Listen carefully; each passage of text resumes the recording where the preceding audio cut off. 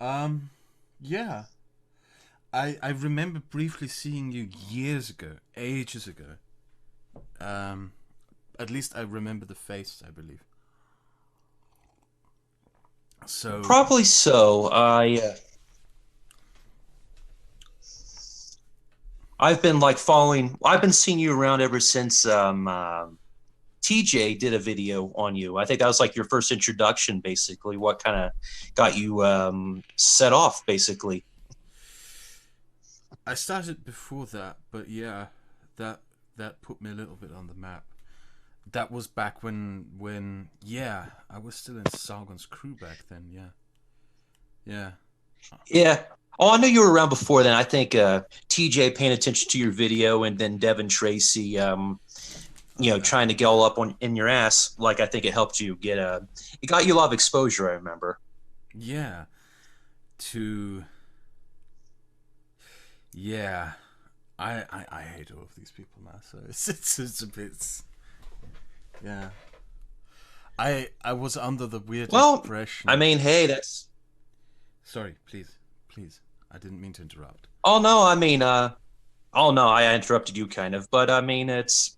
No, I mean, I think it's been great progress. I mean, if you were like Uzulu, I mean, yeah, I would not accept any conversation with you whatsoever. So, I mean, I feel like you've come a long way. So, I I mean, I I I mean, it's just just good that you say it. I gotta be honest. I dislike this thing that some um, left wing people do these days. Now that I'm gaining popularity, doing something completely different, where they say that I've redeemed myself, because I really dislike that. Um, the reason for that is that if I'm being very frank, my politics haven't changed much. I've just acknowledged that the way we conducted ourselves on the internet was really stupid, offensive even, and counterproductive to any political discourse. But the thing that really got me is that with the people who I share the community with, they backstabbed me really badly when I made videos against the alt right. Um, when I came out of that, what I wanted, like the one thing that I was convinced of quite a bit was okay, I'm going through this meat grinder now, but you will not be able to avoid it because I gave all of you a chance to take a stand against the alt right. Or you could have been quiet, and you all chose deliberately to side with the alt right. You didn't just stay quiet or anything like that. No, most of you decided to deliberately take a stand with the alt right, and sooner or later that's going to bite you in the ass. Because I'm pretty sure that investing into the Nazi section of YouTube is not going to be a smart investment for the future, a long term one. And what I really was looking forward to for, the 3 years ever since that was to be vindicated. Not through any other community or anything like that, but to just watch my former associates and friends continue and to watch them pay the consequences of their actions. That's what I was looking forward to quite a bit. I wanted vindication really badly. And to a large extent, I got it. I saw a lot of my former associates and friends just go up in flames, burn to the ground, because of the stupid decisions they made. But some didn't. Some really weirdly escaped that, which is, yeah. Or they fell into irrelevancy. I mean, I don't know. Maybe it's just Oh, because yeah. I'm not paying attention. I don't know what's happened to some of them. I mean, Andy Worski, for example, I have no clue, but that was just like way too depressing for me to keep paying attention to. Uh, but yeah, I think so. I mean, I don't know, or at least I think I kind of, because, I stopped watching a lot of videos after I kind of realized where things were going. Back, I think, late 2016 or so. I think that's where I kind of had a big snap around from what I was seeing in my perspective. I think when Trump won the presidency, I kind of was seeing the true colors of some people, and that kind of made me think I can't follow these people. And I don't know. It was. I mean, I'm not trying to speak about myself like I was any relevance whatsoever. I've always been on the fan side of things. You know, Mm-hmm. any YouTuber I've any YouTuber I've had good contact with is Vadim, and that's basically the only person I've really kept an eye on because Vadim, I've been a patron of his, I think, since late 2015, and I've just always seen him as a really good person. So I've always kind of seen his filter, basically what he was dealing with, and I've gone from I've gone through there, and luckily, from what I've seen with Vadim, he's kept consistent. And like you went through your meat grinder, that's what I saw him go through. Mm-hmm. So that's how I will definitely judge a character. Even though you say you've never changed, you've always had the same beliefs, but you just realized, you didn't want to be associated with some people. I see a similar tale there. Even though I know. Well, Vadim got it a lot worse. Like, that is, I took to Vadim too on a regular basis. I've also become a patron of his. What is really tragic about what happened to him is that he has gotten zero recognition for what he did. For being consistently correct and right, people just pretend he never was. Or, in some cases, they just sidelined him. A lot of people. Yeah, that's the toxic culture of it. One thing I don't know, even though I rambled a lot in the video I released, it's kind of what I was hinting at. I feel it's a shame.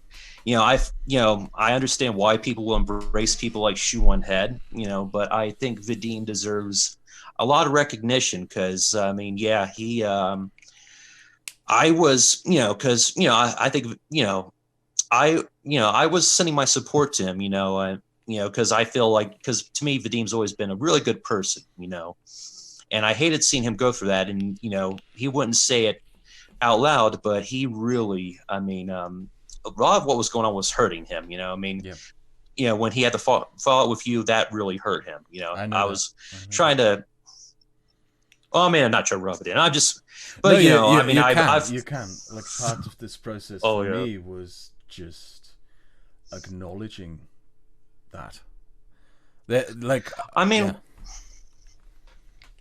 think it's good you do, though. That you didn't just, continue, you haven't become like, say, the drunken peasants or whoever, and you don't talk to Vadim like, you don't try to make up some story like he's this piece of shit and he deserves no respect whatsoever. I think it's good you acknowledge, you give him credibility. It's I my think that's responsibility. a very good trait. It's my responsibility that he is in the position that he is. To a large extent, it's my fault. That's what I'm coming to terms with. That's. He sees it that way too, in some aspect. He doesn't hate you for it. He doesn't feel. Oh, I talked to him about it. I know. I've talked to him about it. Yeah. I think because I remember what happened. I was watching it, and that was my feeling too, because I thought it was great that you made a video on Milo Yiannopoulos, and then when that happened, I was like, what the fuck, but I don't think that's the sole blame, because Vadim was not shutting up. That's where I think he was just pissing a lot of people off. I was seeing a lot of these interactions going on Twitter and such, and he's really hammering the criticism. Like what the left-wing side of YouTube doesn't see and doesn't know, I guess, for a very long time, is that back in those days we organized very much in community groups, in private chat rooms, coordinated a lot of what we did to a very large extent, actually. Oh, Google Hangouts and such. More Skype groups when Skype was still a thing, and such. Oh yeah.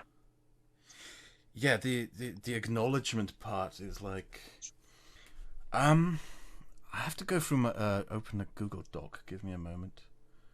No problem. So, I made videos on the alt-right from mid 2017 to December 2017. Then I left YouTube for like 5 months. Then I came back and continued doing that until like, I think early 2019, possibly.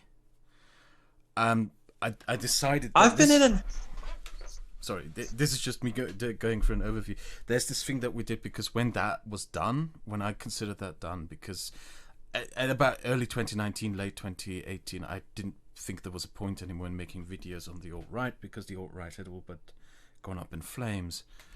At that point, at least.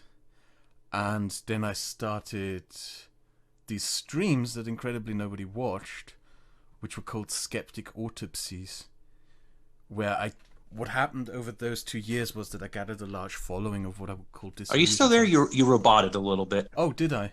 Fuck. You're not roboting to me. Hello, can you hear me? Can you hear me? For some reason, it's on my end. Maybe it's the... Wait, let me take the distance. It might be mine. Yeah, I hear you. Some stuff was roboting. Yeah, I was saying that we were doing... after that time, we got together and we did live streams where me and what I would call disillusioned Sargon fans looked at like the years that we spent on the community, looked at the content going back like 5-6 years and just analyzed what went wrong, what did we do wrong, what should have done better, what should have been avoided, what were the mistakes, etc., etc. And we discussed this on like I think 8 or 9 separate live streams over the course of a month. And yeah, we pinpointed through a lot of these things. We reflected a lot on all of that. I because of the interruption, I just forgot why I brought this up, but it was because of something you said, and I don't remember, to my embarrassment, what it was. Oh, I was going to say, I mean, I think I've seen some of it. I know the Alt-Right was like getting your videos flagged off of YouTube, and you made a great one. I think. Well, I saw some of the Coach Red Pill one, but I love the one you made on Aiden Paladin. Even though, like, YouTube couldn't keep it up, I guess, because her buddies like false flagged it off the website. But I remember watching that one. That wasn't just a political one. That was. And it's a shame, like, because she made my life really personal, but I mean, well needed. Well, she is oh, a absolutely creepy stalker. Like the same thing she did to me is what she did to Destiny. I didn't know a woman could be like that. Like it sounds weird, but holy crap, the creepy phone calls, all that stuff. It just I legit didn't know a woman could behave like that. It was just weird, creepy. And she reported me to the police. At least with that group, I mean, I don't trust. Oh, that's fucked up. Jeez. Yeah. I mean, that group, I don't know. They're pretty I don't know, like her boyfriend at the time and everything. I wouldn't trust any of them, and I don't believe any of them what they say. I mean, that's just one thing that's made it so easy for these alt-righters to I think, I don't know, because that's one thing I can't trust, who really like just truly cannot believe that these people are Nazis, or who if they're lying about it, they're gaslighting, or if they're just truly like, oh no, they're not all right. You know, I just the way this happened during the streams we did, we pinpointed this down as something that we called overzealous far right charitability. I'm just gonna read the note to you if you don't mind. Oh, no problem. I wrote this from my perspective, so I'm just going to read this. It might sound a bit weird. During my time in the skeptic community, I did at least 4 live streams with alt-right figures. My streams were always confrontational. They were about topics such as the Holocaust, with my intention being to question their narratives. And I've always assumed that the live streams that other associates of mine did with the alt-right were the same. And I was enormously mistaken. It wasn't until 2019 that I watched streams between Sargon and the alt-right YouTuber Millennial Woes for the first time, and I was very surprised. I had expected Sargon would treat him the same way he would treat the people he called SJWs, but he did pretty much the opposite. He greeted him and opened with the statement of, "We both agree to disagree on many things. Now let us please talk about some of the things, all of the things that we both agree on, namely the SJWs." And from then the stream went on with both rambling about how much they hated the left. I also for the first time then noticed how much Sargon would do to his utmost to be as charitable as possible to any alt-right claims. For example, when Millennial Woes claimed that Heather Heyer had not been murdered but had simply died of a heart attack, Sargon didn't challenge him at all and just accepted that claim as fact on face value. When watching alt content throughout the past years, we noticed this pattern repeat itself by many content creators. Whatever claims the alt-right figures had made were just accepted as fact. They were never challenged.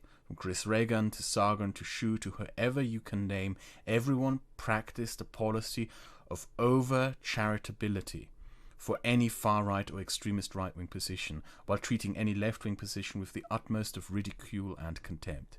In simple terms, we were reduced to unprincipled sellouts through this.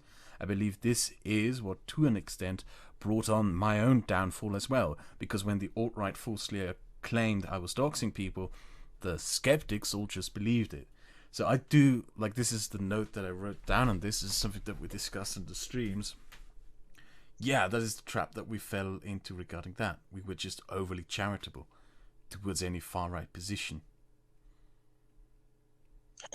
Man, I mean, that sounds like a video there. I mean, yeah, and that's about the gist of it. And so much of that pissed me off, especially the Heather Heyer stuff. Oh my god, I thought I couldn't hate Sargon anymore, but that made me just think, oh, what a piece of shit. Stuff was the more pernicious thing. That was something that I noticed that Richard Spencer did.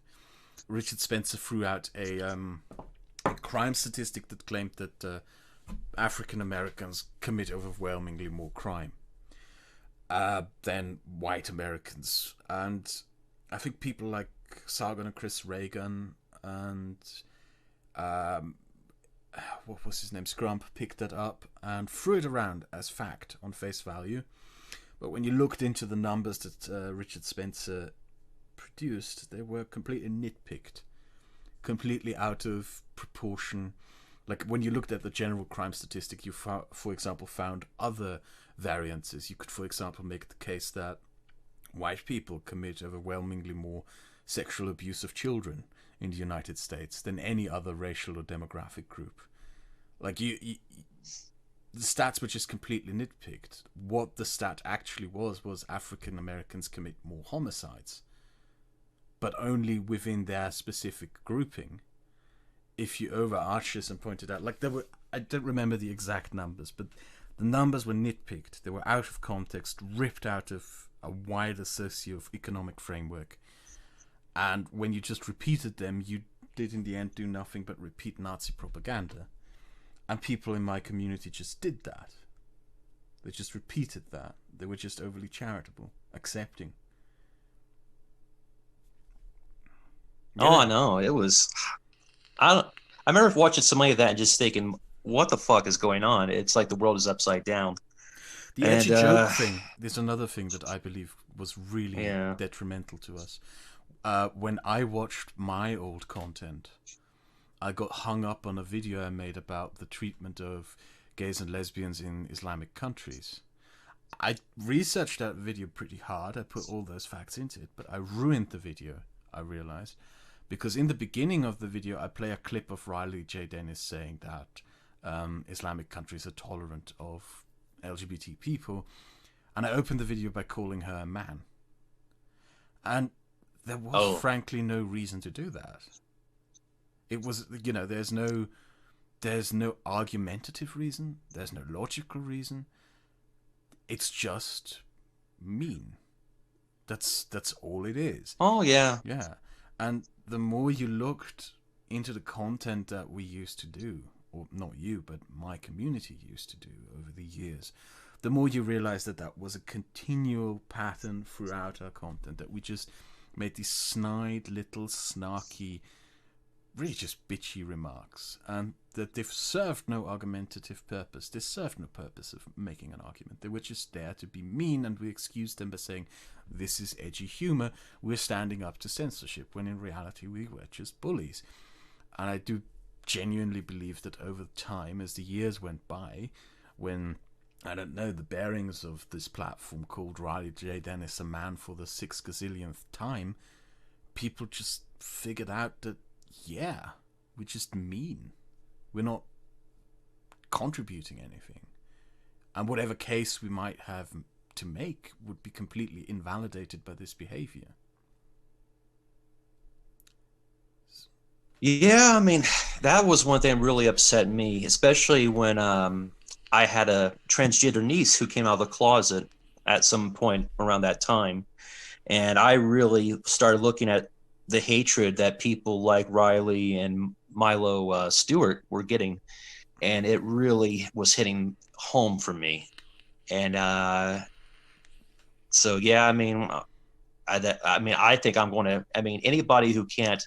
I mean, I think it's great, honestly, that you are upfront admitting where you were wrong on that. I think that's a wonderful thing because at the same time, I know I would never hear that from somebody like Bering, and definitely not Blair White. You know, she might have apologized, but I think that was all crocodile tears. Uh, I mean, at least there's that there, but I'm never going to forgive. I don't know. I mean, Riley probably doesn't care. I don't think she cares about a lot of it, but just, I don't know. With me, I think having, because with my empathy that I have in so many of these cases, I just can never, it's one thing that's just, it's pissed me off greatly There's always and different still motivations, does, though. you know. There's always different motivations, though, in all of this. Like with Blair White, I think she's trapped because I knew Blair White before she became famous.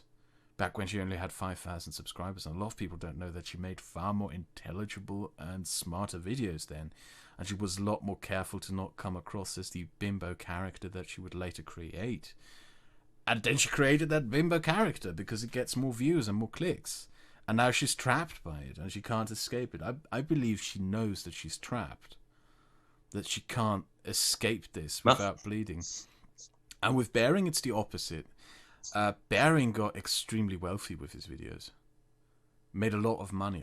oh, Bering came in with a business plan. He just set up an outline, made a format, raked in the cash, left with the money, and that's it.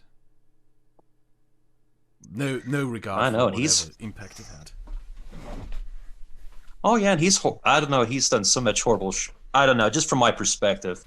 I mean, because I'm also, I consider myself a friend to Tim Blake, and I just can't stand. I don't know what personal things Tim Blake has gone through, you know, and I think Tim Blake, like Vadim, is a really good person. I know you and him have had tips as well, but you know, I just, from what I know about the man myself, I see no bad bone in his body, and just knowing what Bering has put him through, I mean, that's another thing. Just makes me angry. I mean, that's all I could probably tell you. Lots of these things make me angry, and I mean, one reason why I think, you know, knowing like what motivates me to make a video about Shu, I think it was, well, actually, what motivated me to make that video, even knowing I would receive a lot of views, but I knew somebody would view it, and I thought that would be worth it because I saw Vadim get dogpiled by so many people a few months ago on Twitter Because of just her. for, yeah, I mean, she made something about International Men's Day, and he just joked. It wasn't anything like offensive or anything. He just like, just a silly joke, but and so many of her fans just jumped on him, and he was saying, but you know, have you seen the joke she's made about International Women's Day? You know, and he shared an old picture of her, which you could find on Google, an old picture of her and Harvard Skeptic, you know, celebrating, you know, with when if she's on his lap and he's about to spank her for a stupid birthday card or whatever, and then everybody was like dog pound Vadim over that. It's like, oh, how dare you, you know? And I just like, and I got upset trying to defend Vadim. I was just like, what the fuck is with you people?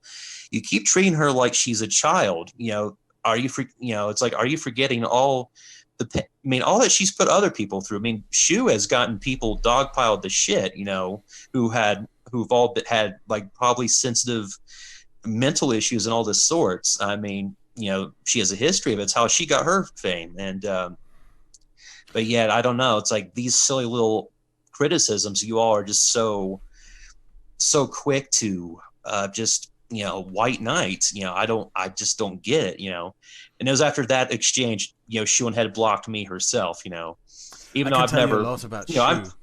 I can tell you a lot about Shu. Can you give me 2 minutes to use the bathroom? I'll be right back. Oh, Can I? oh, absolutely. Go Yeah, ahead. okay. I'll be right back. No problem.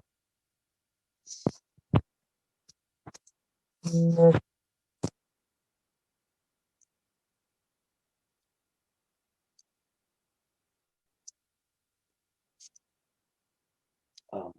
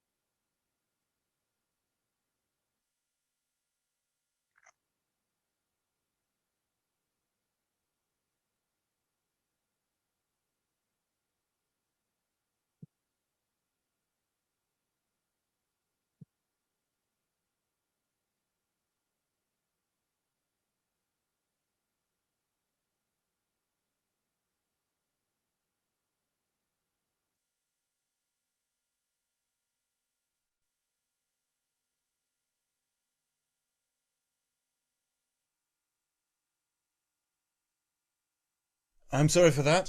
Sometimes nature just calls. Well, better not to ignore it.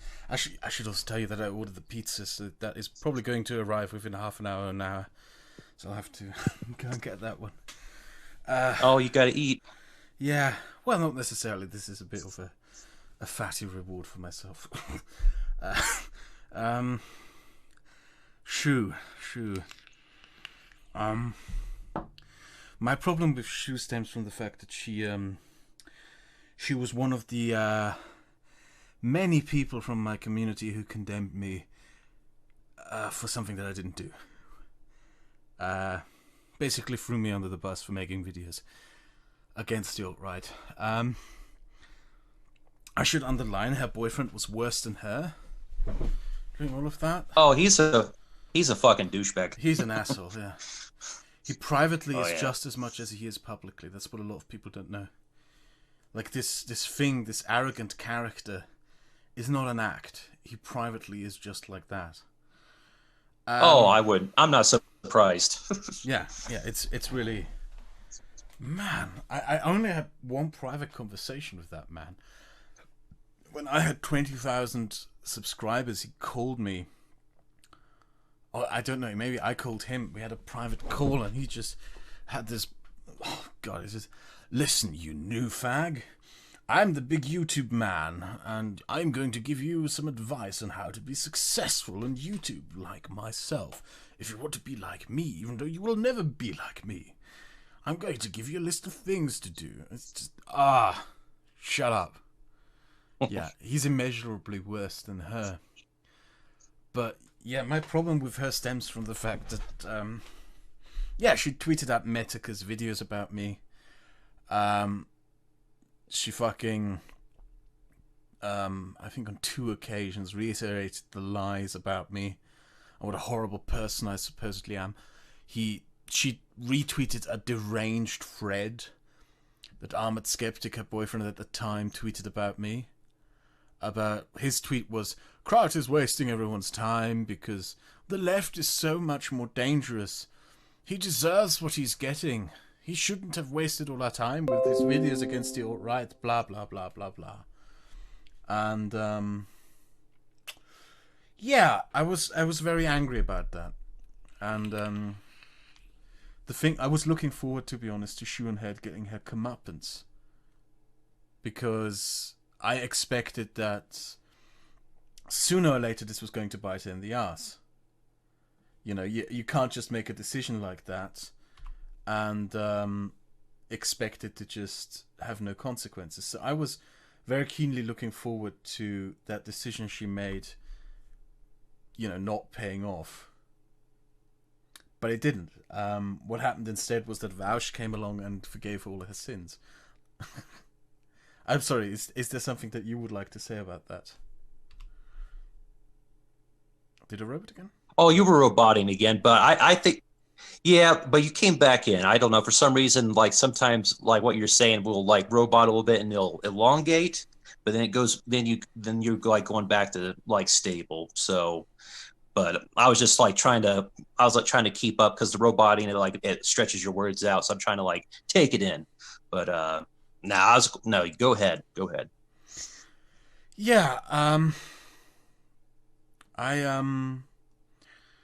Yeah, it sounds a bit nasty when I say it. I was looking forward to Shu getting her comeuppance for treating me like shit, for siding with the alt-right.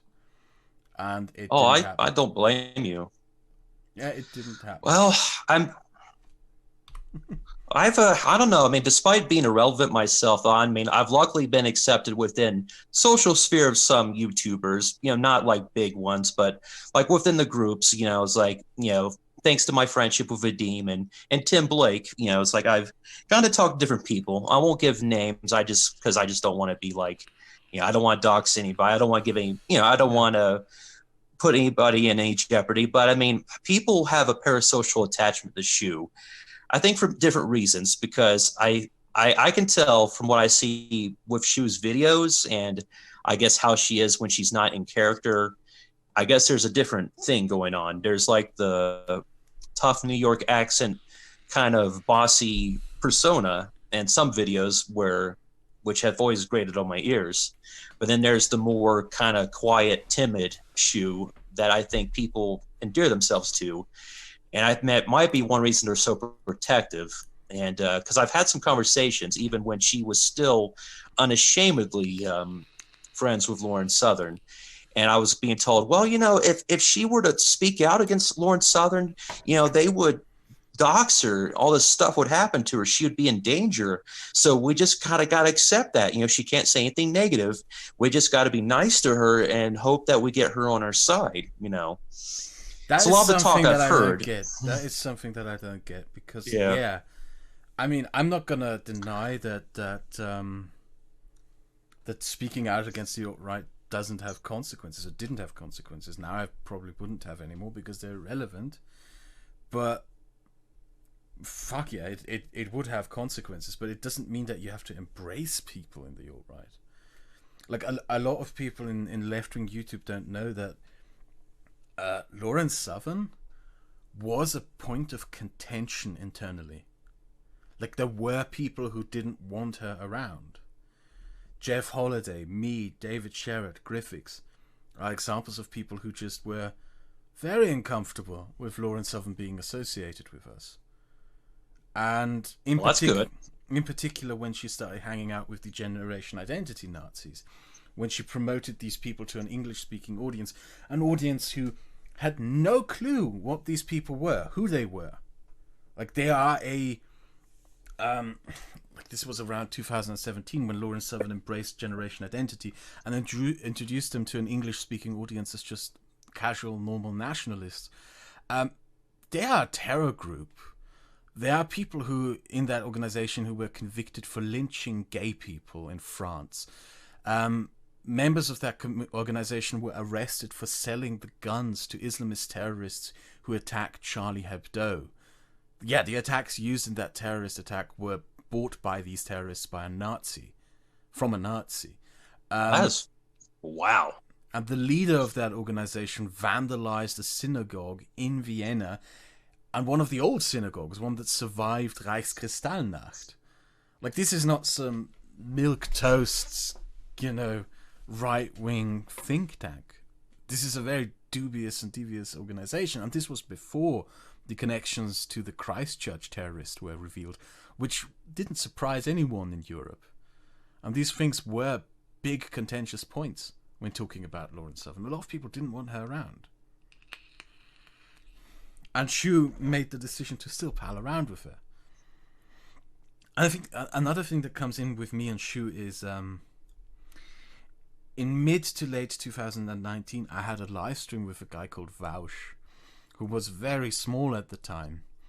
And it was one of the most gross encounters that I ever had with another creator. Because at that time I was down and out and burned out. I was really, I was on my own for most. My friends and colleagues had all abandoned me, 2 years before when I made videos against the alt-right. Very few people had bothered listen to my side of the story, of the events that unfolded. Even fewer, close to none, gave me an opportunity to speak about them. Nobody wanted to give me a platform to talk about this. And Vaush and I, the conversations that we had was that he wanted me on his stream to, at least according to him in the DMs that he sent me, to talk about the videos I made against the alt-right. That was the setup. That was we agreed to the topic that we will talk about the videos you made against the alt-right, we will talk about your experience in making these videos, what you had to deal with, and we'll listen to your side of the story. And I went onto the stream. I forgot, unfortunately, the time, so I was a bit surprised, nonetheless, due to my fault. But I went on expecting that to be the topic of the stream, and he instantly ambushed me by saying, okay, you're here to basically apologize for your sins, and I will forgive your sins. And make you a left-wing YouTuber, basically. That was the setup of that stream. I was really creepy because that is something that we used to do a lot back in the Skeptic days. It's the reason why so many left-wing people didn't want to debate us in live streams. We ambushed them non-stop. We promised them a topic in private and then just ambushed them with something completely different in the live stream. I was very disgruntled by that. I was grossed out by that. That this guy called Vaush would, demand that I apologized to him, who wasn't even around a few months before that. I thought nobody would be dumb enough to fall for this. It was really surprising and aggravating to me when then a few months after I was on Vow's stream, Shoe and Head goes on and she takes that fucking bargain. And he whitewashes her. You know, it was really gross to me to watch that, because it was like Catholic confession. You know, one of the most disgusting things about Abrahamic religions, but in particular about Christianity and Catholicism, is this notion that someone else can forgive you the sins that you committed against someone else. That someone else can order someone to accept forgiveness. Which is gross. You know? Yeah. It's a gross aspect of Christianity. And in that regard, Vaush very much behaved like a Catholic priest. I mean, it's not just Vaush that's guilty, though. I think it's a lot of Shoes fans and fans of people like, say, Calvin Guerra as well. I think, I don't know, it comes off to me like it's naivety or something, but I think their thought is that if they can forgive them, then that means other people automatically forgive them, no matter, you know, what personal anguish somebody else might have against either Calvin Guerra or Shoe and Head or whoever, you know, I guess maybe TJ, you know, I mean. Well, the difference between me and that is that I have publicly acknowledged every instance in which every single person who I've negatively impacted their lives over what I did on YouTube, who have hurt. But that's good. I have never apologized. Like, I've acknowledged that it was wrong. I know that it was wrong, but I've deliberately gone out of my way to not apologize because it puts the onus on them, you know. It puts the onus on them to forgive me, which I have no right to that. I am not entitled to that in any fucking way. I can only apologize if I have the permission to do so, from my perspective. And I get that. Yeah, it is something that involves the people who you screwed over, who you treated badly. You can't just do that in front of an audience and then, you know, turn the audience against that person and putting the onus on them to forgive you. That's not right, from my perspective. No. And from that perspective... I mean, it's you... Sorry, please. Oh, I was going to say, and that's what these fans, these sycophants, use to try to, you know, to excuse the actions of their God, basically, to talk down to other people for, you know, Calvin Guerra, Shoe, etc. It's always, well, they apologized. Well, they apologized. They didn't. They apologized to Vaush, even though they did nothing to Vaush. Yeah. Which is the weirdest thing. Oh, yeah. I've had people in left-wing YouTube apologize to me. Weirdly enough, there's two people in particular. One of them, they were involved in trying to find out my mother's identity, and I got really upset about that. That was years ago. That was in 2016. I took it out with them, but there was no such attempt made by Shoe in any possible fucking way. There was no. I've reached out to people who I've treated really badly, you know, and yeah. There's of course the ethical position, the moral outrage, but I have to admit that it is very personal to me. There's like, I had to go through 2 years of hell that I could have avoided if you people had just had the courage to take a stance. You know, it sounds gross so much to say, but the skeptic community could have continued if you people just had the courage to fucking take the stance that, yeah, the alt-right sucks. But you didn't. You threw me under the bus. In a way, it maybe is good that the skeptic community collapsed over that question. But still, the way Shoe and Head now just pretends that never happened. One very gross thing is that the first time when I talked to Shoe after that was like, I was pressured by friends to accept her apology. Can you imagine that? Saying that you have to accept her fucking apology. And then when I talked to her, she pretended that she didn't know why I was upset with her. And I explained it to her in detail. This is what you did back in these days. I still have to deal with people in my comment section who, when I check their channels, they're subscribed to you, who without a shadow of a doubt came here from people like you. When you, Sargon, Co. threw me under the bus, you threw me under the bus to your audiences. You affirmed to your audiences that the shit that Metica said about me was correct. And I still have to deal with these people now to this day. I moderate my comments section on a monthly basis, and I find them every single time. And I have to deal with the consequences of your actions. Either way, I explained it in detail to Shoehanhead, and then literally a week later, she does a live stream where she just lies. She says, "No, I don't know why Crowd doesn't like me. It's a mystery to me." it's yeah. The problem that I have is I don't know if it's my personal desire for being vindicated, or if it's really a truly ethical question. But it's just gross to me to see what she does. It's just really gross. Yeah, I agree. I mean, honestly, I mean, Vadim himself, he's very critical, but he says that if she could just own up to lots of shit, especially in front of all her subscribers, that would just be like 100% respect from him. And I think that might be how I feel too. I don't know. I mean, I've never been a Shoehanhead fan. I followed her briefly on Twitter. I think just because, I don't know, back to my brief phase where I was, a Drunken Peasants fan and such. If you watch my video all the way through, you probably saw where I talked about that. My little phase of being a big TJ fanboy, and I think through that, I would follow Shoehanhead to get her perspective on things. I still never was like, I don't know. I never became a super big fan. I think and then, I think once, Trump won the election and Shu was showing some true colors, I was disgusted and I just like unfollowed, so personally, I guess I don't get the big fan. I don't know why so many people have this big attachment, but I mean, regardless though, I would have a lot of respect if she could just own up to that, regardless of the consequences of what subscribers she might lose.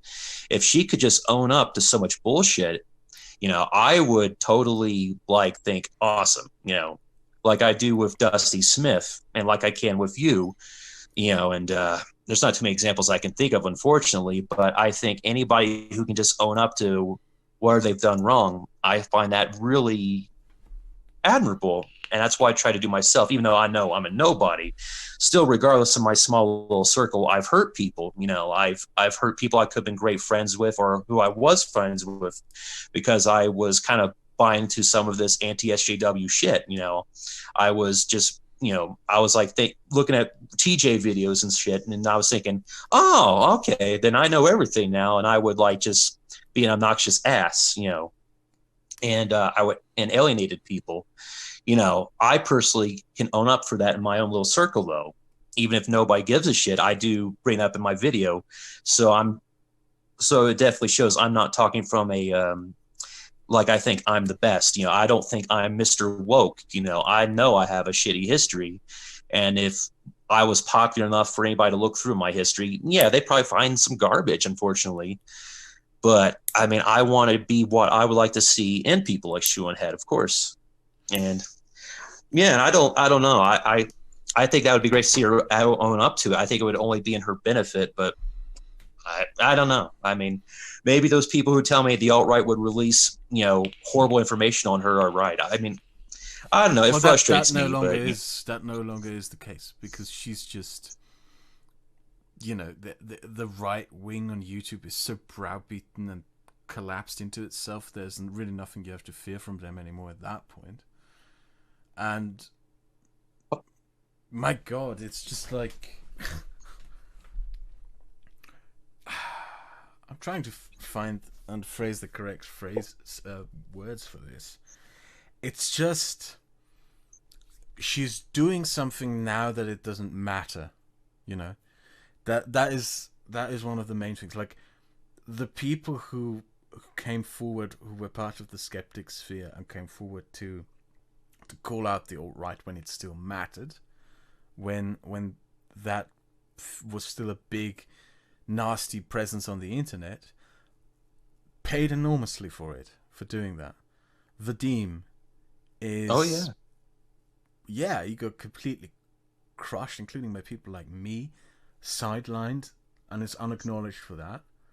Sherat, who ironically disagrees with me on this and thinks that what Shuon Head is doing is okay. Me, like the people who, Jeff Holiday, the people who took that stance, they paid considerably for it. At least from my perspective, from the perspective of the community that I was in, which might be a different thing to look at from the left-wing sphere. But yeah, and she just does this weird switch. Like, ironically, a few months after Mr. Metica announces that he has cancer, and it's like, yeah, you're not here to actually take a stand for anything. You're just here because it's convenient now. You don't have to make a sacrifice. You won't be getting any threats. You won't be having your family harassed and doxxed if you do this.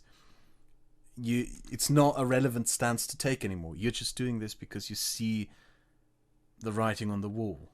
You see that the liberal YouTube sphere has collapsed, is dead. From my perspective, it's also just a double betrayal also, because I have now spent 2 years trying to rebuild not a left-wing, but a liberal YouTube sphere from the ashes of what Sargon and Shu left behind. And it's really hard. It's difficult. There's not many people who willing to take part in this, which is understandable. But it's really gross to now watch Shu shit on liberals. Going like, oh yeah, liberals are the evil people. I'm a leftist now. Like, she always goes after the weakest bloc. She always goes after the people who have the least means to defend themselves. Constantly, non-stop. And whenever they come back to haunt her, she always just, she privates to Twitter, pretends her feelings are hurt, pretends like she doesn't take it. And that's another thing. If she really can't take it, then she probably shouldn't even be here. And she certainly should not be lashing out at people herself and be such a fucking cry-bully. If she can't take it herself. It's why I have a hard time feeling sympathy.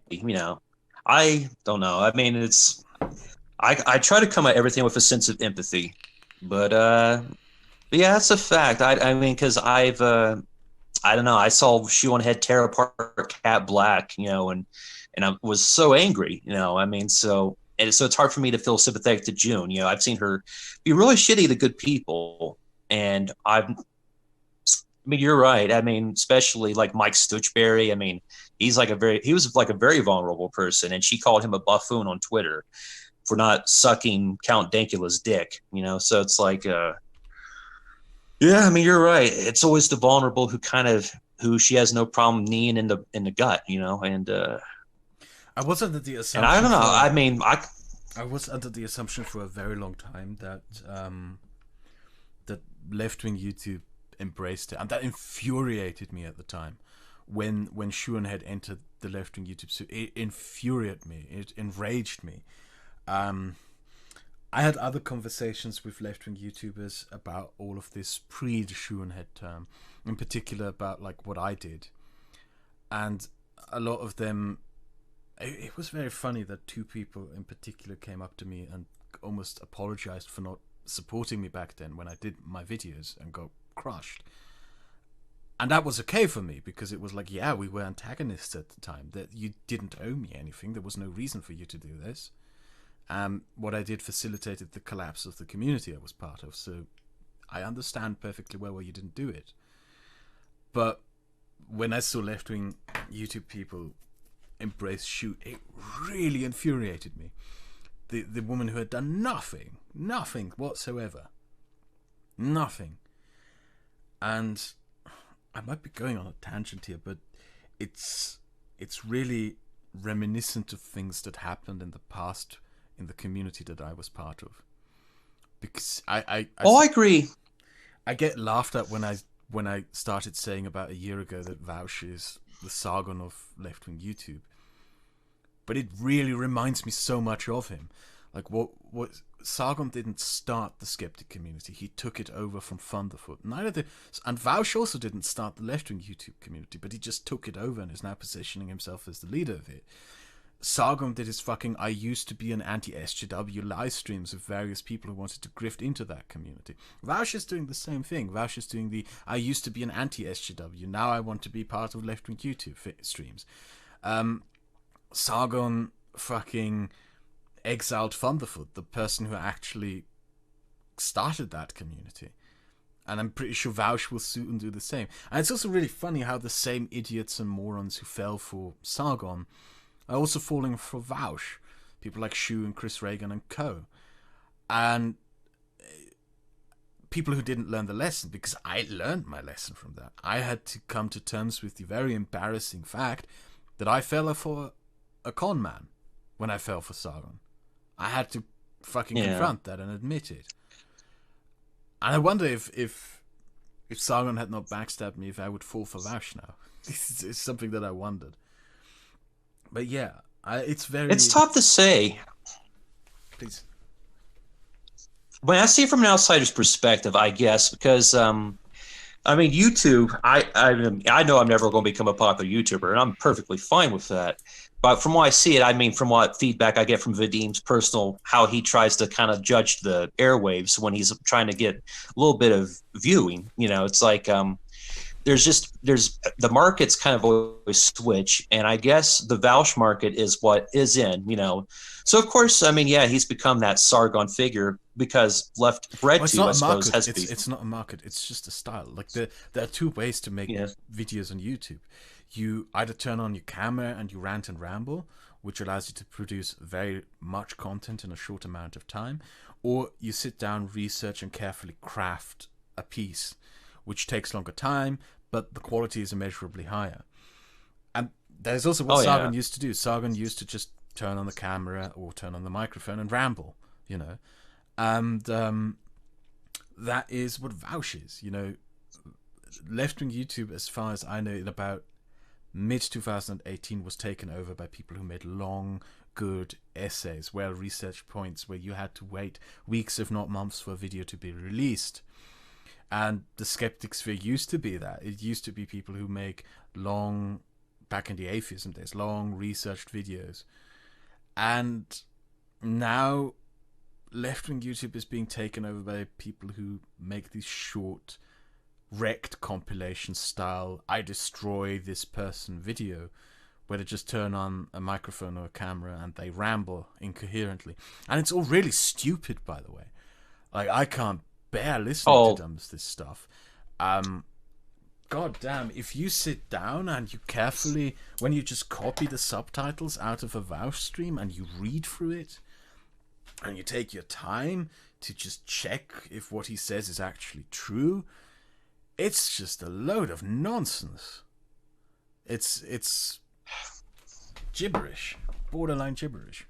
Oh, that's why I don't sit through these streams. I don't know. If I watch anything for Vaush, it's a concise video from, I don't know. I did love seeing him call Devin Tracy I don't know. I loved seeing him bitch at him. Don't get me wrong. I don't know. I would say though, it's probably maybe illogical to maybe group all so many left-wing YouTubers together, because there are the ones who don't. I know that. I don't. That. I was under the false assumption that all of left-wing YouTube embraced and welcomed Shu, but it wasn't until later that I found out that was not the case. Oh, that's fine. I've like really gone into the ones who are kind of the new rising stars, I guess, like Cops 8 Mo. I think Corvidae is great. I think now, I don't know. I'm well aware they could change at any point in the future. Never attach yourself to people. Never assume they will never make mistakes. But I've been inspired by their videos recently because, they are very much what would have been the vulnerable target of the anti-SJWs a few years ago. But now they have kind of become, rising stars in their own way, which is probably bad for me to say. I don't think that's what they want, honestly. But, I think there's a good deal of integrity in their videos, if you've ever seen them. Corvidae and Cops 8 Mo are very, I think, brave at what they do. And then there's Sheep in the Box too. He made a great video on Shoe on Head, which I kind of was inspired by. Plus, ones on Sinatra Says and all these other shitlords, So, So it's like a diverse range. Luckily, it's not all revolved around Vouch. In fact, from what I see, there's a lot of people who hate Vouch, and which I mean, I don't know. I don't want to say I hate Vouch, but I think anybody deserves criticism. And what I dislike, I think, with the popular, the shoe fans especially, is this total resistance to criticism, this total deification, and it makes people The idiots, unquestionable loyalty especially. to an e-personality. Yeah. Oh yeah, and I saw something you did on I don't know, a short joke video where you like made fun of Ash Coffin and Shoe on Head and I can't remember what other people, but I mean, I thought it was right on the money. It's like I think maybe even ContraPoints was included in that, and I still like ContraPoints. I do. I mean, I have criticisms of I haven't ContraPoints, watched any of his but videos. Well, a few. I watched a handful. I have to make a very honest confession with you. One of the things that I realized that destroyed the Skeptosphere was that constant internet fighting with other YouTubers. So I might still do it on Twitter, but one of the things that I've kind of done for myself is I've completely abandoned that, and I now dive into my books and make videos about stuff that is offline, and I just avoid the internet's fighting sphere completely. But the reason I still get dragged into fights with Shoehead and Co is just that I'm just grossed out by what they do, because it affected me personally what they did.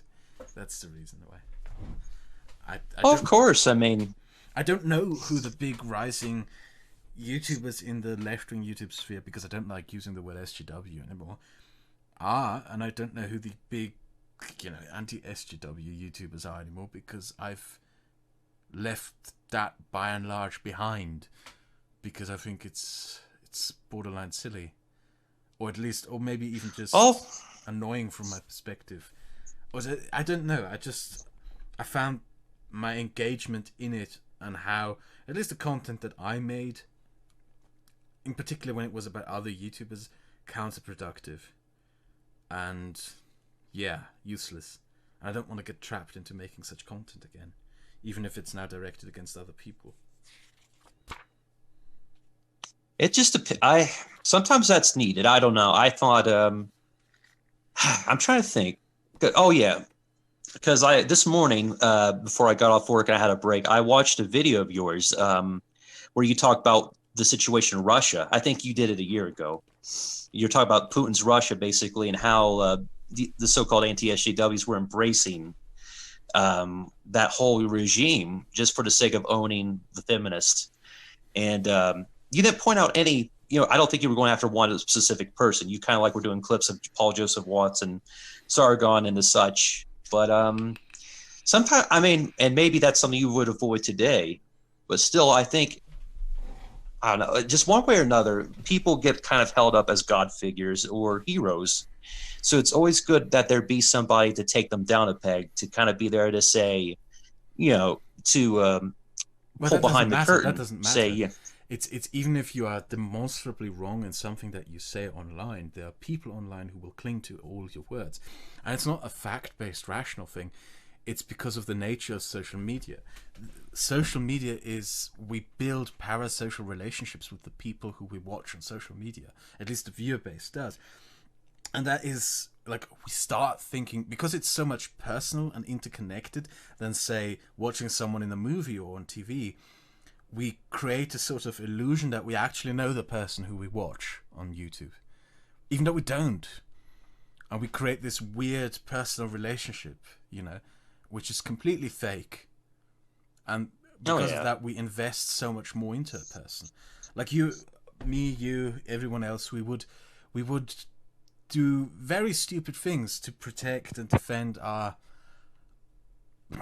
closest friends. Maybe even closer than that, our lovers, our wives, our husbands, our children, our relatives, whatever. We would do very irrational things in real life offline to defend such people. And that kind of irrationality of an intimate personal relationship is transplanted online by social media. So you can build a social media following just spouting complete nonsense and gibberish. The people who connect with you on that parasocial level will defend you no matter what nonsense you say. Oh, I see it. Yeah, it's the truth. But maybe that's why it's good. I don't know. Any kind of criticism is good, but I think it's admirable though to want to avoid that point. I mean, to want to avoid going that route with your content. Um, I need to watch more of it. I don't know. I saw a video you also did about Battlefield 5. I can't remember it all now, but This is old stuff that I intend to take down. It's still in that sphere of content, and it's just, yeah, yeah. Maybe it is. Maybe the reason I am drawn back into that conversation is because it's so personal between me and Shu, because of that betrayal of sorts. Man, the people who are associated with are just scum through and through. It's like, well, they strike me that way. a lot of them are gone now. Like Bunty King. He privately told me that making videos against the alt-right was a great idea, and then I got called out, by thrown under the bus by my colleagues, and so he threw me under the bus. And that guy, within a period of 6 months, went from being anti-alt-right to making apologetics for the alt-right, to condemning the alt-right, to being far left, to condemning the far left, to being pro-alt-right, to being anti-alt-right, and then he just left the internet. In 6 months, he changed his opinions 7 fucking times, his political convictions, his entire compass, in 7 months. And with a lot of these people, some of them were just creepy cunts. Like, you brought up Uzulu when we began this conversation. He ran this gross drama channel. He's basically, he was the skeptic community's equivalent to, what is Vaush's friend called? That weird little streamer. Xanderthal? Yeah. Uzulu is basically the skeptic community's incarnation of Xanderthal. Uzulu called my then girlfriend, sent her harassing emails, trying to get her on a live stream to humiliate me and condemn me for making videos against the alt-right. She's no longer my girlfriend anymore. But this is the kind of level to which these people stooped. Kind of fucking, the pretense that they were intellectuals and all that garbage, when they in fact were just rambling morons. Oh, desperate for fame or something. That's how Uzulu caught me, like desperate for acceptance or something. And I mean, I don't know. I mean, I made a mistake. I liked him at first because I loved the videos he was doing against AIU. But then, I don't know, he did his turnaround once he kind of had what he wanted, once he got acceptance into the Keck cult, as I would call it, And then I had some, vicious, I don't know, vicious, he probably won't even remember them, but, just some nasty interactions with him on Twitter, because just in my life experience, people I know, my line of work, one thing that also really pushed me away from the whole skeptic community was the ableism. I couldn't handle all the bashing of autism and all this such, and I hated seeing Vadim get that when people were trying to put him down and silence him, and then somebody said that Vadim was, I don't know what they call it, like autism spazzing or something, I hated it. I mean, whatever that term was, it pissed me off, and I stepped in there. I said, I've worked with a lot of people who have autism. I know people with autism. They don't do this. They don't, whatever you're saying they do. What the hell does this even come from? And Uzulu just kind of came in and said, well, this makes you seem like you are autistic yourself, and got a whole bunch of shitlords just, trying to badger me, basically. Yeah, he's this happened a few more times. And he's wallowing in sort of an irrelevance right now. Like, him, Charming Man, Scrump, and all these people. These were the people who most viciously attacked me when I made my videos against the alt-right. Who really, they banked their entire online careers on the idea that backing the alt-right was a great career move. Oh yeah. And now they're wallowing with 20 viewers, and they ramble and rage, and every time I'm brought up, they get really petty and nasty because, I told you. Well, you betrayed them. I mean, not saying you literally betrayed them, but that's how they feel. The thing. I didn't. I told them in around May or June 2017 that I was going to make videos on the alt-right. I told them in advance, and they all told me it was a good idea and I should do it. And then I did it, and it turned out to be a tough thing to do. So they waited for a moment. You were being ambushed. Yeah. Well, not ambushed. Like, they kept telling me it was a good idea. I think they genuinely sent me out like a guinea pig to test the waters, to see if this was profitable and much click content. But the more it turned out not to be, they made up their mind based on that, I guess. Oh yeah, I saw. I saw some of the drama all around that time. Like Naked Ape screaming at you in a video, different things. Yeah. And man, I felt pretty bad because I don't know. I mean, because I was born on the outside. Because I mean, with you, I've always been kind of. I know I never knew whether to like you or not. And man, I mean, I just didn't know kind of where you stood exactly. Because even that when I was an anti-SJW, I still kind of never could quite get into some of the extreme sort of like, all Muslims are terrorists. Fuck off if you don't agree with me. All black people are criminals. Fuck off if you don't agree with me. I just cannot jump in those groups. I'm kind of like, me, I have to have compassion for people. I can't just, and it's not for me to judge whatever your opinion was at the time or what it is now. I mean, I just hate, for me, it's just uncomfortable. I just can't jump in it. It's like, I don't want to be a part of any group that just, to me, that just seems like it's toxic. So, I mean, I had no clue what to think of you one way or another. When I saw you briefly being AIU's ally, I was kind of like, okay, well, all right, never gonna watch that guy. But then when you stood up against him and was really going against his bullshit, I thought, all right, I like this guy. It's kind of been zigzagging. Well, the thing now is that I'm not in any group or community anymore, and most of what I do is on my own, alone, with no support. And it's a great thing to be like. I do miss being part of a community. I miss this not being able to talk to other people anymore. But to an extent, there's great liberty in doing things alone because, if you fuck up on your own. It's all on you. You don't have to rely on other people's. And even though it sounds nasty, the fact is that every friend you have online is just particularly if you make content, is just a potential backstabber. Every content creator who is your friend is just a potential knife in your back, at least from my experience. So I don't really trust other YouTubers anymore. Barely talk to them, actually. Well, from what I've seen of your history, I can't blame you. You've really, because I remember seeing all these videos against you. So, I mean, that's probably for the best.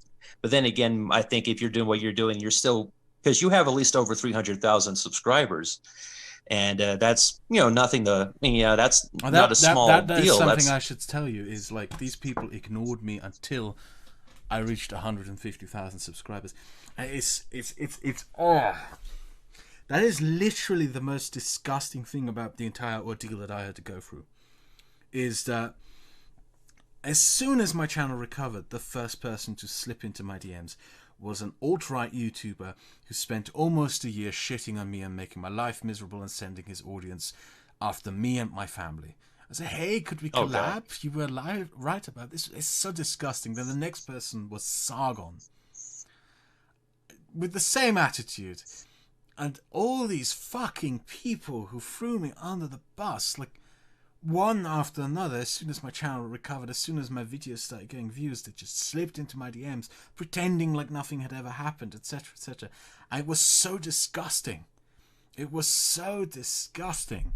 Like, these people had 2 years' time to talk to me privately, and some did. I should line that out, that there are people, even some very right-wing people who I disagree with completely, slipped into my DMs when I was still having a hard time and apologized, and even publicly apologized. But what really disgusts me is that the majority of people didn't say anything, pretended I didn't exist, slipped into my DMs when my channel recovered. And when I gave them the cold shoulder, now they pretend I don't exist. Or like Schuenhead pretends that, oh, there never was anything there. I don't know why he doesn't like me. It's really gross, that attitude. Really disgusting.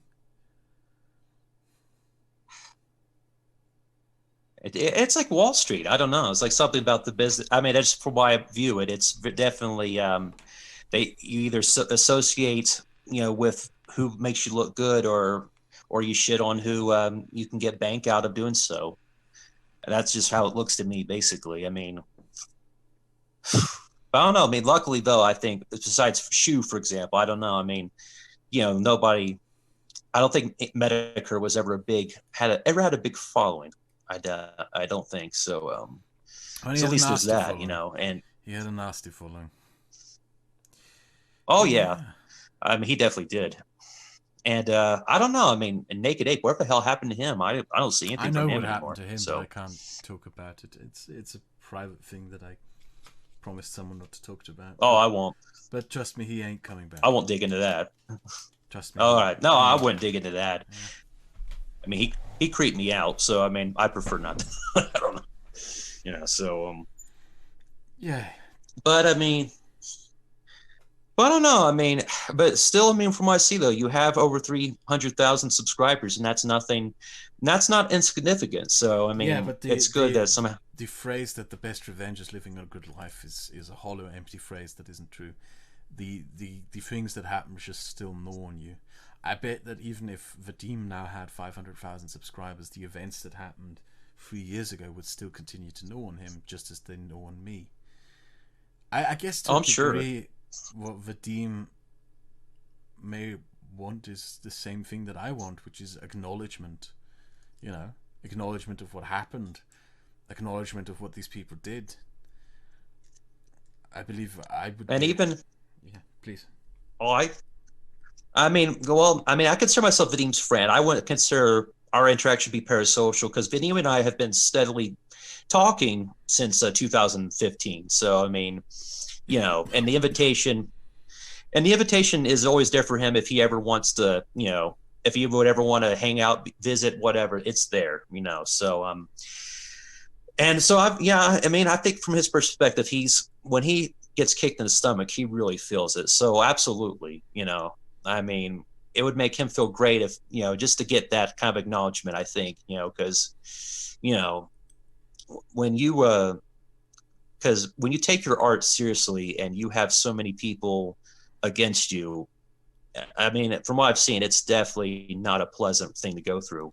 I mean, I can imagine, and just know what Vadim went through, just through the conversations we've had. I mean, yeah, I can imagine what you've been through too. So, yeah, I agree. I mean, it would be great to, but I don't think it's impossible though, because I mean, I think I've seen Vadim, feel like maybe it was the best it's going to get, but he still keeps getting a good rise. He still gets acknowledgement. I think maybe back in 2017, his opinion at MythCon, even though, yeah, the people who ran MythCon are dipshits, but still, that was a big deal. I think, it was exposure, and it continues to happen for him. And so, I mean, yeah, maybe happiness isn't always the best revenge, but still, you never know what can happen, though. Well, I am just waiting. Mean, yeah, I never thought I'm just waiting for Schuenhead to get her comeuppance, or for people to just realize what she is.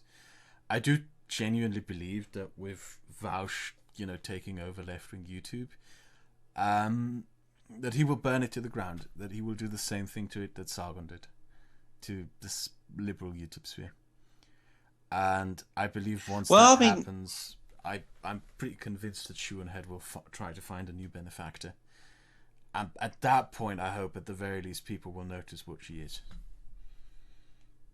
It may happen. I already see the cracks in the seams. I mean, I don't know if you. I mean, you say you don't. I mean, it's probably a good idea you don't follow it. But I get bored. I look at Twitter and I see where it all falls apart. I mean, Peter Coffin's on the oust, and there's so much. I mean, I already see rifts basically. So you never know what can happen. So, and it could very well happen. And it could come to that day. I mean, who knows? Because I mean, I have seen Schuenhead fans. I mean, former people who were like big defenders of her, who would get really upset whenever Vadim or Dusty would criticize her. Like they've actually kind of come to a point where they're saying, "Yeah, it's like what the fuck, Shu? Why were you friends with Lauren Southern this long and you've never spoken out against her? Why? So I mean, maybe it's insignificant at the moment, but these things happen. Eventually, sometimes people, they eat crow one way or another. I mean, I've seen it happen, even when it seemed like it never would. Eventually some people do get these comeuppances. I mean, Devin Tracy looked untouchable for a while there, but then you helped give him a lot of shit, which I felt was well deserved. And, I could probably think of, and Sargon, I think Sargon is considered a joke by a lot of people. I mean, oh yeah, whereas before him getting hit with fish in public, I think would have never been thought of because he was seen as like a god of free speech, but then he became a joke, so these things happen, I mean, I don't know, just it's a wait and see sort of deal, but as I say in my video, though, I really don't want to wish negative consequences upon people. I don't want to be a vindictive person, but I have a level of forgiveness. And, I guess that's one thing I think lots of people who I think are parasocial and follow so many YouTubers who live in this kind of fantasy world. I think they don't understand how it can be to be a person like myself, an Appalachian American who's dealt with some trauma and abusive situations.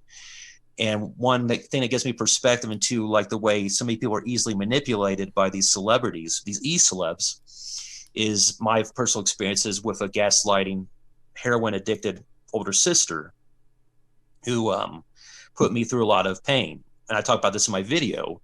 I tried to take care of this person, tried to see the best of them, and I would get money stolen from me, and I'd get called names, threats, and I was afraid for my life so many times.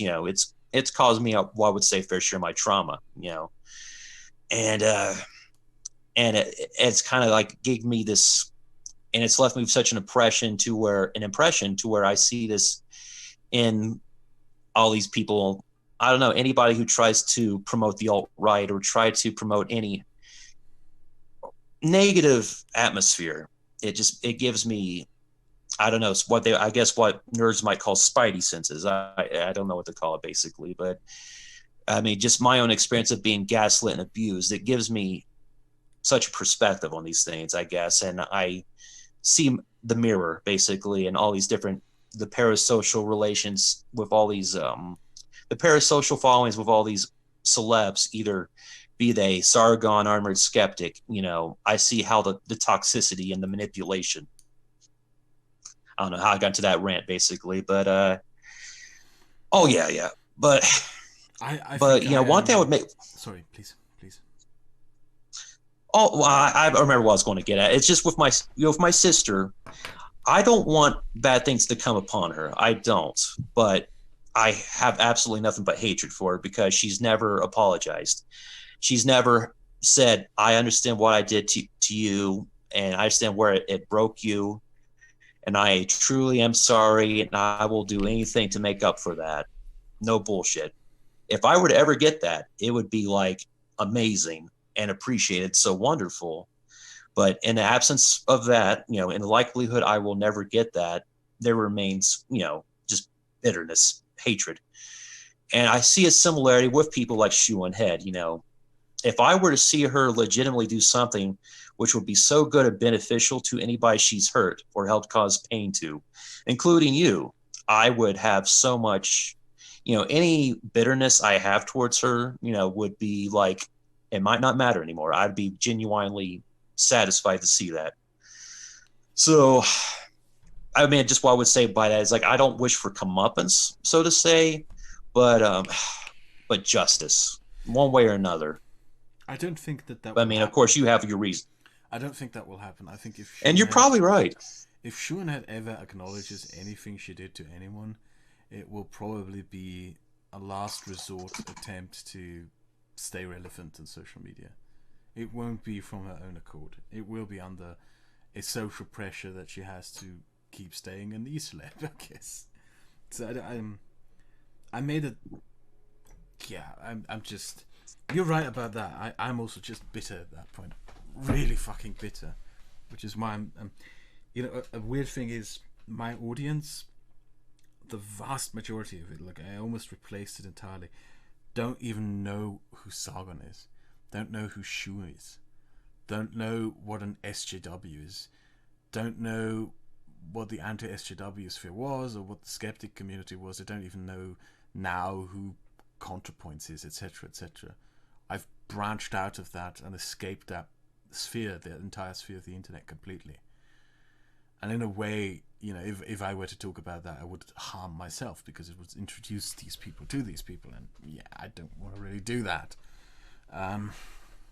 It's just me. No, I mean, if you're happy, I'm not happy. That's the yeah, thing. if you're It's doing what just makes me. you happy, yeah, It's just me. no, that's great. I mean, Jesus. because I mean, why make you? Oh, oh, sorry. Oh, Oh no, get a drink of water if you need. yeah. Okay, please keep talking. Whew. I'm a, No, I'm not to say if you found your peace, I think that's the good thing. You know, I mean, oh, I mean, if I haven't. oh It's like I am. well, don't give up yet. I'm aware that everything is going well, but I'm just not at peace at all. In a way, I guess I could say that it feels like a missing limb, not being in a community and anything. But the thing that really the thing that bites me the most is that I was accused of something that I didn't do, that I was cancelled over something that I didn't do. The thing the alt-right used to cancel. Oh, the me. whole doxing thing. Yeah, the idea that I doxed alt-righters. Not every single one of the people who came forward and accused me of doxing them has publicly admitted that they lied. Every single one of them. And it only took them like half a year to admit to it. And, you know, Sinatra Says admitted that he lied. The crazy woman, Aiden Paladin, admitted that she lied. All these people fucking admitted that they lied. And because, however, so many people gave that accusation credence, I still have to deal with this shit to this very fucking day. You know, I never got my chance to speak at my version of it, to defend myself. But Schuenhead gave every platform she could give to Metica. That's the one thing that really bites me, is that Metica actually rewarded Shu for tweeting out his video on me by saying that she is his favorite skeptic because she stays in her lane. And what he meant by saying she stays in her lane is she doesn't go after the alt-right, she just keeps making anti-SJW videos. And it's disgusting in retrospect. So much of it is just... Yeah, and the more I think about it, the more angry I get. I mean, it isn't as unfair as it is, for example, for Vadim, because Vadim has to deal with the fact that his life has been very impacted by all of this. And people have treated him really badly and sidelined him. And I don't have to deal with that, because I managed to build something after what happened to me. But Vadim unfortunately didn't. I think I just lost you. Hello?